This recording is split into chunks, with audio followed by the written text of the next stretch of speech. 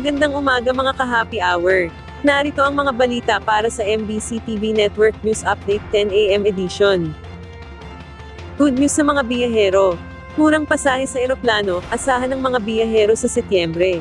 Sa isang advisory, sinabi ng Civil Aeronautics Board na ibababa nila ang surcharge sa Level 5 sa Setyembre mula sa kasalukuyang Level 6. Asahan ng mas murang pasahe sa eroplano pagpasok ng bare months.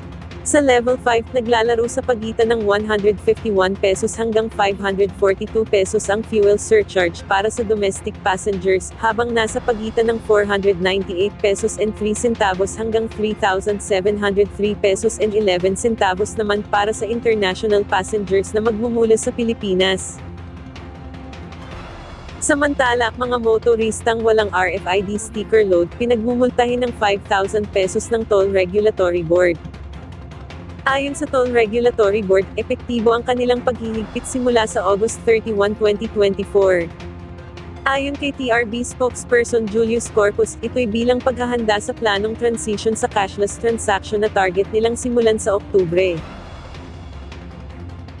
Sa iba pang balita, Senator Risa Hontiveros, ipinangako niya ang isang kaibigan na libro. Gaya ng ipinangako ni VP Sara na bigyan at natanggap na ni Senator Risa Hontiveros ang kopya ng librong isinulat ng ikalawang Pangulo na isang kaibigan kahapon, August 21. Ang nasabing libro ang naging issue sa budget hearing ng Senado sa pondo ng Office of the Vice President dahil nagre-request ito ng 10 milyong piso para sa distribusyon ng libro. At yan ang mga balita para sa MBC TV Network News Update 10 AM edition. Abangan ang mga susunod na balitaan mamaya para sa 11 AM edition.